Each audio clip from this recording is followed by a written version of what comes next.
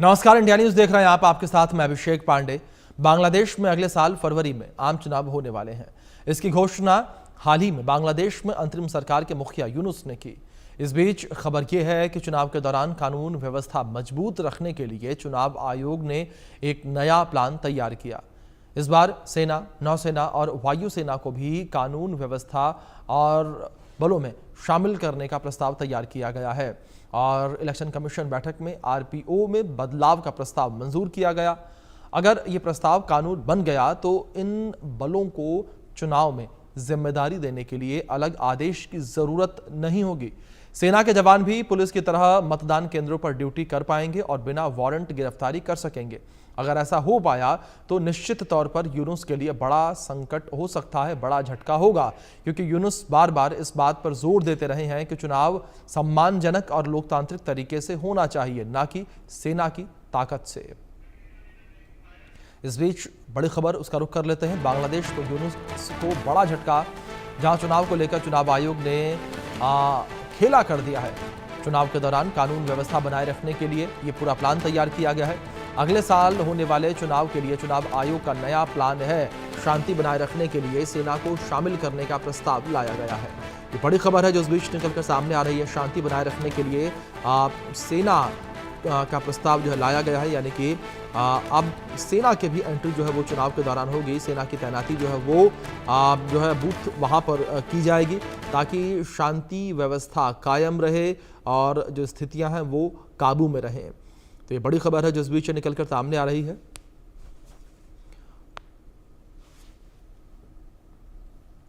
सेना के कंट्रोल में चुनाव, टेंशन में यूनुस। बांग्लादेश में अगले साल फरवरी में आम चुनाव होने हैं। चुनाव के दौरान कानून व्यवस्था मजबूत रखने के लिए प्लान तैयार किया गया। चुनाव आयोग ने एक नया प्लान तैयार किया है। सेना, नौसेना, वायुसेना को कानून व्यवस्था बलों में शामिल करने का प्रस्ताव तैयार किया गया। इलेक्शन कमीशन की बैठक में आरपीओ में बदलाव का प्रस्ताव मंजूर किया गया। प्रस्ताव कानून बनने पर सेना को चुनाव में जिम्मेदारी देने के लिए अलग आदेश की जरूरत नहीं होगी। सेना के जवान भी पुलिस की तरह मतदान केंद्रों पर ड्यूटी कर पाएंगे और सेना के जवान बिना वारंट गिरफ्तारी भी कर सकेंगे। यूनुस को रास नहीं आ रहा है चुनाव आयोग का ये प्लान। यूनुस ने कहा, सेना देश की रक्षा के लिए है, चुनी हुई सरकार की राष्ट्रीय का भविष्य तय कर सकती है। यूनुस ने चुनाव आयोग के प्रस्ताव को सैन्य हस्तक्षेप में बढ़ोतरी का संकेत बताया। और जिस तरीके से ये पूरा फैसला सामने आ रहा है, इसको लेकर अब कई सारे रिएक्शंस जो है निकलकर सामने आ रहे हैं। इसी विषय पर बातचीत करने के लिए हमारे साथ खास मेहमान जुड़ गए हैं। हमारे साथ शोएब चौधरी जुड़े हैं। शोएब जी, बहुत स्वागत है आपका। वरिष्ठ पत्रकार हैं शोएब जी हमारे साथ बांग्लादेश से। शोएब जी, जिस तरीके से चुनाव आयोग का प्रस्ताव सामने आया है कि बांग्लादेश में जो आम चुनाव होंगे उसमें सेना की भी भागीदारी होनी चाहिए ताकि जो सुरक्षा है वो बरकरार रहे, आप बतौर पत्रकार बांग्लादेश के इस फैसले को किस तरीके से देखते हैं? क्या आपको लगता है कि चुनाव के दौरान सेना को डिप्लॉय करना चाहिए?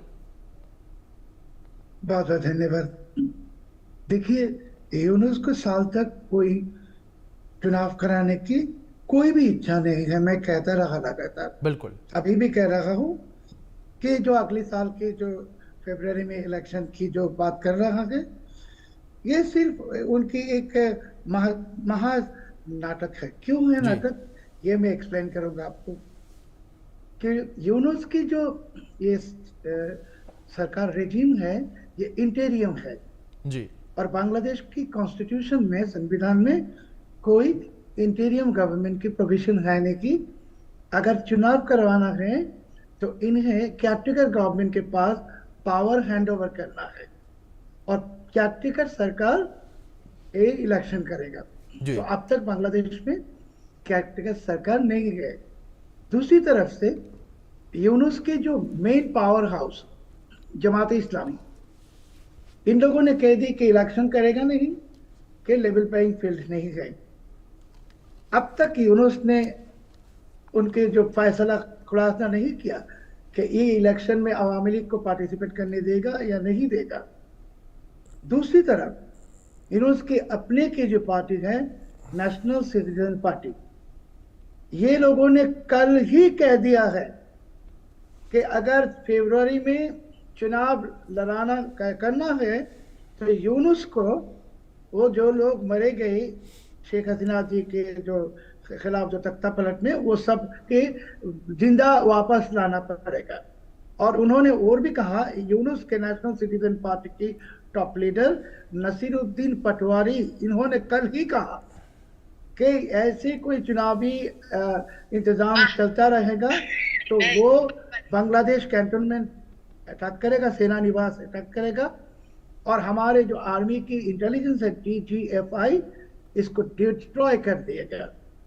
तो आपको क्या लगता है कि एक तरफ से जमात और यूनुस के सारे जो सहयोगी पार्टी सब कह रहे हैं कि इलेक्शन होने की हालत है नहीं, इलेक्शन नहीं चाहिए, क्योंकि उन लोगों की वोट बैंक, ये जमात इस्लामी का वोट बैंक है तकरीबन 7%, बाकी सारे इस्लामिस्ट पार्टी को सब मिला के 10%, सब मिला के जमात के साथ, और यूनुस की जो NCP नेशनल सिटीजन पार्टी, इसके वोट बैंक है 0.02%। सो यूनुस खुद जानता है, और इसके जो साथ में जो जमात वगैरह है सब जानता है कि अगर इलेक्शन होगा तो बांग्लादेश में बांग्लादेश नेशनलिस्ट पार्टी BNP, अवामी लीग, ये दो टॉप पार्टी, लार्ज पार्टी, कि हमारे जो टोटल वोट बैंक में इनकी 40% 80%, 40 करके 80% का हिस्सा है। और इसके बाद जो पार्टी आता है, इसके नाम है जातीय पार्टी, जिसकी वोट बैंक है तकरीबन 11%। जी। तो ये जातीय पार्टी कहिए या अवाम BNP कहिए, और हसीना जी के जो अवामी लीग, आप कैसे इलेक्शन करेंगे कि आप कह रहे हैं अवामी लीग नहीं आ सकेगा, अवामी लीग बैन है, और इसके खुद के यूनुस के लोग कह रहे हैं इलेक्शन करने से ये कैंटोनमेंट को तोड़ देगा, DGFI को तोड़ देगा वगैरह। तो ये सब नाटक चल रहा है, कोई चुनाव होने वाला है नहीं। यूनुस की जो असली मानता है कि कम से कम 5 साल या इनके जितने जितने शोएब जी, इस पूरी बातचीत के दौरान आपने एक बड़ी बात कही है कि पूरा का पूरा ये नाटक चल रहा है और कोई भी चुनाव नहीं होने वाला। ये जाहिर तौर पर एक बड़ी बात आपने कही है। इसी के साथ हमारे एक और मेहमान हमारे साथ जुड़े हैं, विदेश मामलों के जानकार निपुण आलम बयान जी। निपुण जी, बहुत स्वागत है आपका। निपुण जी, जिस तरीके से अभी शोएब जी की लास्ट बातों का आपने भी सुना होगा, जिस तरीके से उन्होंने जिक्र किया कि कोई चुनाव बांग्लादेश में नहीं होने वाला, केवल और केवल एक ढोंग रचा जा रहा है। निपुण जी, आप किस तरीके से देखते हैं बांग्लादेश के आने वाले चुनाव को?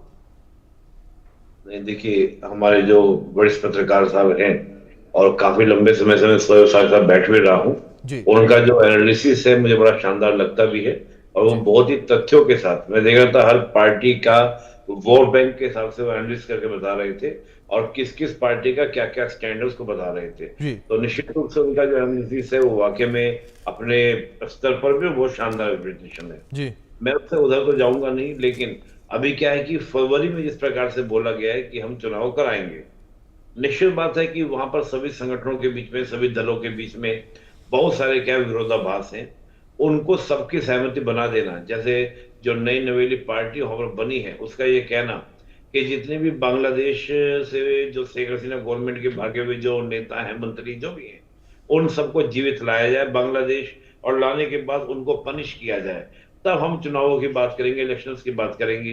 अवामी लीग पार्टी को आप बैन कर दे रहे हैं, जो सबसे बड़ी पार्टी वहां पर है। यानी कि सिंपल सी बात यह है कि आपने जो सबसे बड़ी चुनी हुई पार्टी वहां पर थी, उसको आपने बैन कर दिया। अब चुनाव होगा तो किसके बीच में होगा? उनके बीच में होगा जिनको आप चाहेंगे, जिनको आप बनाना चाहेंगे।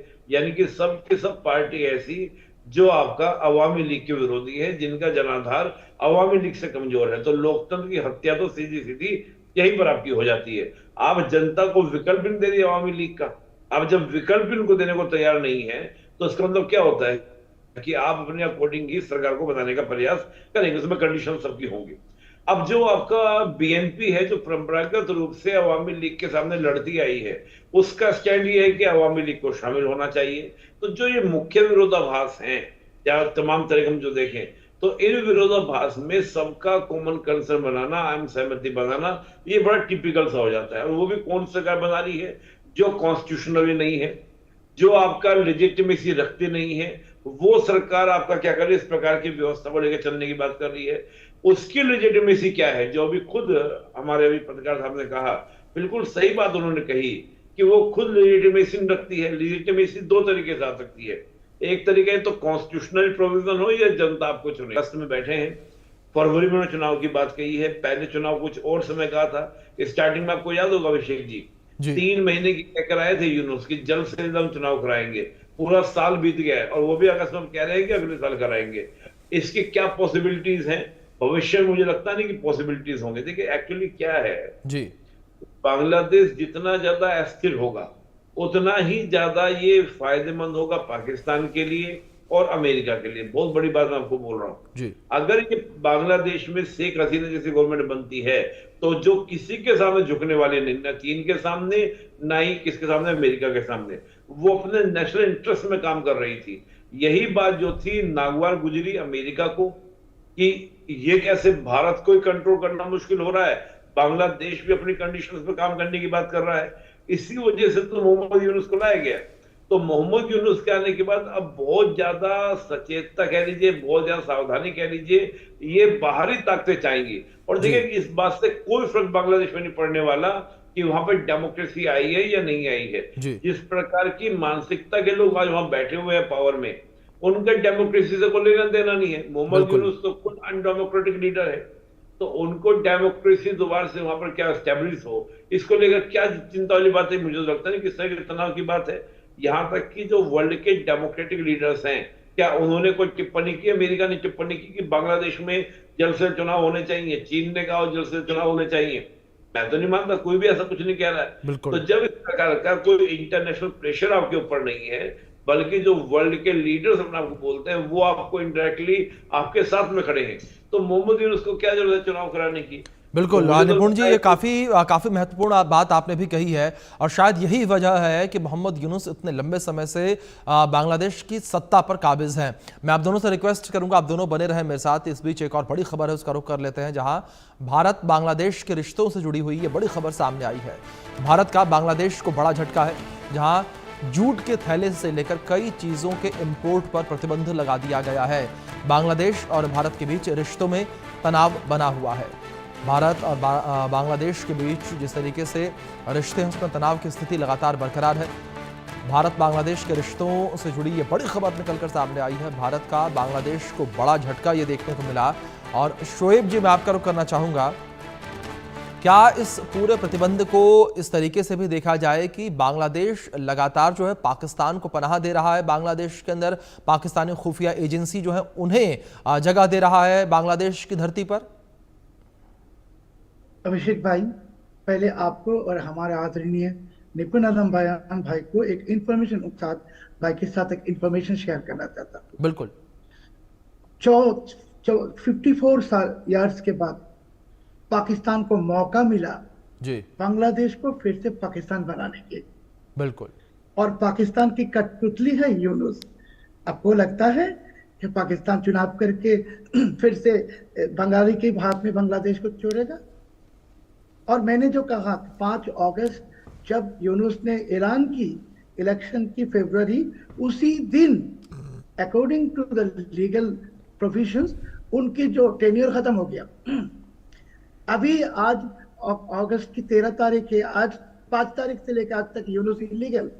अभी तो केयरटेकर सरकार होना चाहिए था इलेक्शन करना था। तो सो जो इंफॉर्मेशन में शेयर करना चाहता हूँ आपके साथ और हमारे निपुण आलम बयान भाई के साथ, देखिए पिछले हफ्ते बांग्लादेश में जो अल-कायदा की अंसार अल इस्लाम अल-कायदा, इसके जो one of the top kingpins, इसके नाम है मेजर शेख जियाउल हक। ये 2014 साल में पाकिस्तान चले गए भाग के और पिछले साल के दिसंबर में बांग्लादेश में फिर से वापस आए, अल-कायदा के गए। और इसके ऊपर अमेरिकी स्टेट डिपार्टमेंट की $5 मिलियन की यानी $50 लाख की बाउंटी है। सो ये बाउंटी वाला लोग और उसके ऊपर डेथ पेनल्टी है बांग्लादेश कोर्ट में। सो ये डेथ पेनल्टी को लेके वो दूसरी पाकिस्तानी पासपोर्ट लेके बांग्लादेश के अंदर घुस गए दिसंबर में। और लास्ट वीक ये उनके फेसबुक पोस्ट में एक यूनुस के पास एक रिक्वेस्ट किया कि भारत के जितने आतंकवादी संगठन है, मणिपुर में है, खालिस्तान में है, कश्मीर है, सबको आप परमिशन दो को ढाका में ऑफिस खोले। वेरी डेंजरस इंफॉर्मेशन निपुण भाई के लिए। निपुण भाई बहुत रिसर्च करते हैं ये चीज लेके। Openly he has asked called अपन यूनुस कि भारत के जितने आतंकवादी संगठन है सबको यहाँ ऑफिस करने दो।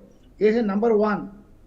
दूसरा है, ये लोग अभी कोशिश में, ये जाल हक है और बांग्लादेश आर्मी के अंदर और इंटेलिजेंस के अंदर भी कोई पाकिस्तानी एलिमेंट्स अभी हैं। ये कोशिश कर रहे हैं कि बांग्लादेश आर्मी को पहले डिस्ट्रॉय करेगा, हमारे डीजीएफआई जो आर्मी इंटेलिजेंस से डिस्ट्रॉय करेगा, वो इस्लामिक रिवोल्यूशनरी आर्मी बनाएगा और धीरे धीरे बांग्लादेश को कब्जा करेगा। सो अभिषेक भाई, बांग्लादेश को जो कब्जा किया पिछले साल तक जहादी तख्ता पलट के बाद पाकिस्तानी आईएसआई और अमरीकी डीप स्टेट ने, और आप भी जानते हैं, निपुण भाई भी जानते हैं अमरीकी डीप स्टेट कितने खतरनाक है और डोनाल्ड ट्रंप अभी कैसे खतरनाक बन गया है। ये हमारे भारत के लिए, बांग्लादेश के लिए, सबके लिए। सो ये खेल चल रहा है। और यूनुस ने दिसंबर में चुनाव नहीं करके फरवरी में क्यों कहा कि ये जो आने वाली सर्दी के मौसम, उस वक्त ये अराकान कॉरिडोर खुल देगा और यहाँ बांग्लादेश हो जाएगा proxy guard. Last important information जी, बिल्कुल यूनुस कह रहा है इलेक्शन करेगा नेक्स्ट साल, अगले साल। हमारे जनरल वकरुज्जमान साहब आज तक, अब तक एक लफ्ज भी नहीं कहा इसके बारे में। सो क्योंकि उनको भी शक है कि इलेक्शन होने वाला है नहीं। सो ये सब बात यूनुस सिर्फ लोगों को धोखा दे रहे हैं और सीक्रेटली वो एडवांस कर रहे हैं पाकिस्तान के। बिल्कुल शोएब जी, बिल्कुल ठीक कहा आपने कि मोहम्मद यूनुस लगातार बांग्लादेश की आवाम को धोखा दे रहे हैं। मैं रिएक्शन निपुण जी का भी लूंगा, लेकिन उससे पहले एक बड़ी खबर उसका रुख कर लेते हैं, जहां बांग्लादेश का भविष्य संकट में नजर आ रहा है। बांग्लादेश को कट्टरता में धकेल रहे हैं मोहम्मद यूनुस। बांग्लादेश कट्टरपंथी ताकतों की पनाहगाह बन गया है। बांग्लादेश पर फिर से इस्लामी उग्रवाद का साया मंडरा रहा है। धर्मनिरपेक्षता की जगह इस्लामीकरण की ओर बांग्लादेश बढ़ता नजर आ रहा है। ये बड़ी खबर है जो इस बीच निकलकर सामने आई है और मोहम्मद यूनुस पर कई आरोप जो है वो लगते नजर आ रहे हैं। निपुण जी, मैं आपका रुख करूंगा और ये खबर भी बिल्कुल उससे ही मिलती हुई है जिस तरीके से शोएब जी ने जिक्र किया कि पाकिस्तान एक बार फिर से कोशिश कर रहा है कि बांग्लादेश को भी पाकिस्तान बनाया जाए। देखिए, शोएब जी ने बहुत शानदार बातें बताई जो वाकई में हम लोगों के लिए भी बहुत ही अभी तक मुझे मैं तो नहीं जानता उस जानकारी को। जैसे उन्होंने अलकायदा की बात की, और ये हमको अनुमान पहले से था कि जो यूनुस गवर्नमेंट है वो एंटी इंडिया एक्टिविटीज को लेकर बहुत हाइप पर जा सकती है। जो उनसे हो सकता है वो करेंगे। हमने तो देखा कि वो एक सल्तनत बंगला करके अपना पूरा एक मानचित्र मैप भी दिखाया। तो ये दिखाता है, प्रदर्शित करता है कि इस तरह के संबंध खराब कर दो जो कई दशकों तक हमारे ठीक ना हो पाए। ये प्रयास जो है बांग्लादेश की वर्तमान गवर्नमेंट कर रही है। और आपने जो कहा कि बिल्कुल, देखिए, ये तो बांग्लादेश में स्टार्टिंग से लेकर यही तो बात जद्दोजहद रही है कि जो बांग्लादेश है वो सेकुलर फैब्रिक वाला रहेगा या इस्लामिक फैब्रिक वाला रहेगा। हम देखते हैं पहला जो तख्ता पलट हुआ था उसके बाद भी ये प्रयास किया गया था। फिर 1980 में जो प्रेसिडेंट रिसास बने थे उन्होंने पूरा क्या था कि इस्लामीकरण करने का प्रयास था। और आप देखेंगे पाकिस्तान की तो ये एक तरह से मैं मानता हूं कि कहीं ना कहीं बदले लेने की रणनीति के तहत है। आश्चर्य की बात यह है कि जो यूनुस या अन्य जो भी वहां पर इस समय प्रेजेंट पावर में हैं, वो जानबूझकर पाकिस्तान के जाल में फंस रहे हैं, उसके ट्रैप में जा रहे हैं। और कई सारे पैरामीटर पर, अच्छे से याद होगा शोएब भाई को तो बिल्कुल, कि कई सारे पैरामीटर पर कैपिटल की हम बात करें, जन्म दर, मृत्यु दर, इन सब में बात करें, पाकिस्तान से बहुत ही बेहतर जो था वो बांग्लादेश का प्रदर्शन था। इवन कई सारे पैरामीटर्स में तो भारत को चुनौती बांग्लादेश दे रहा था on the period of the Sheikh हसीना।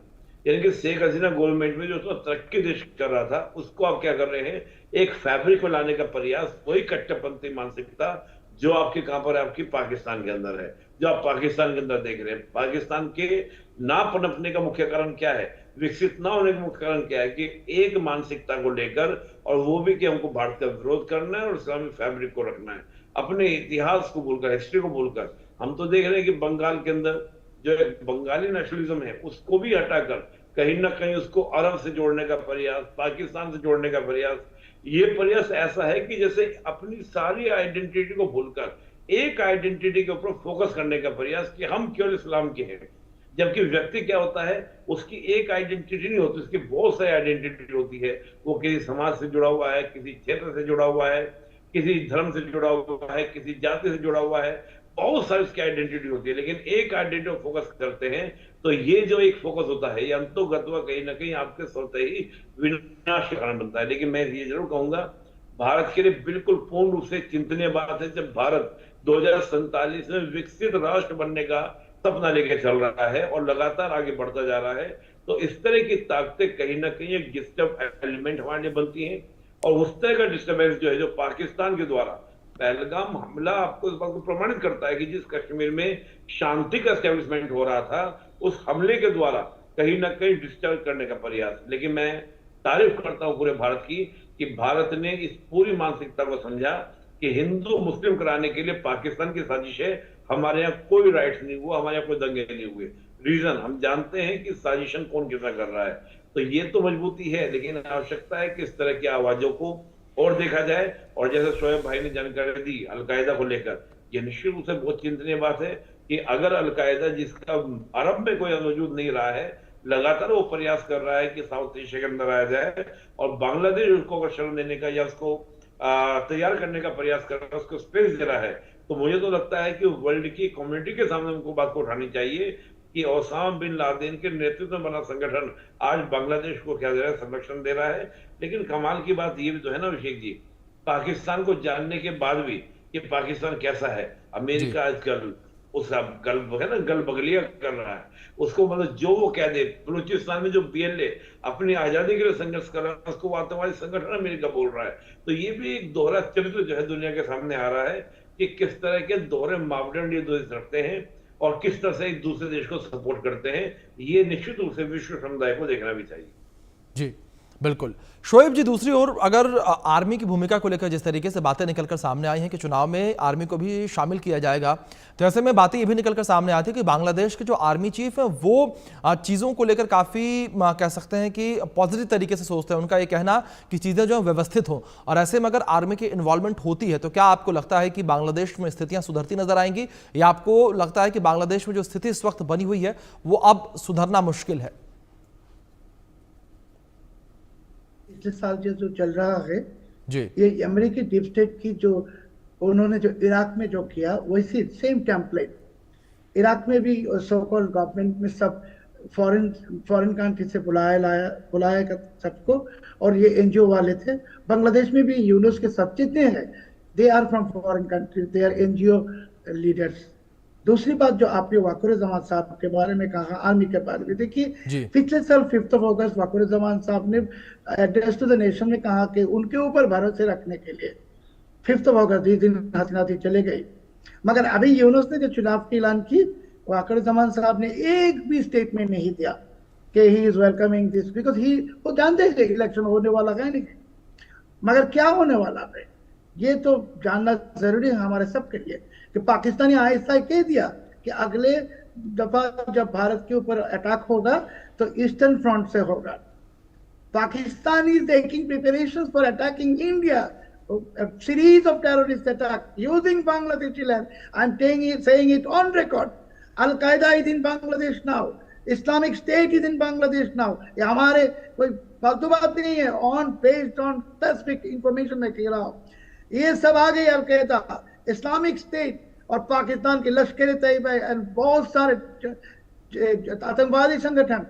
पाकिस्तान खुद कह रहा, कहा पाकिस्तान ने कि बांग्लादेशी अभी आ रहे हैं, आके तहरीक तालिबान पाकिस्तान में ज्वाइन करके पाकिस्तान के खिलाफ जंग लड़ा है।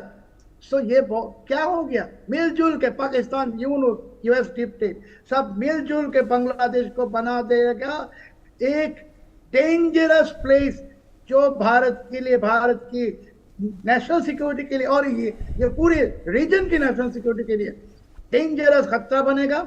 और अमेरिकी डीप स्टेट कैसे अफगानिस्तान में तालिबान को पैदा किया था, कैसे ओसामा बिन लादेन को पैदा किया था, जैसे इराक में अबू बकर अल बगदादी को पैदा किया था, अभी बांग्लादेश में वही डीप स्टेट, वही पाकिस्तानी आईएसआई, एक नहीं बहुत सारे लादेन और बगदादी पैदा कर रहा है।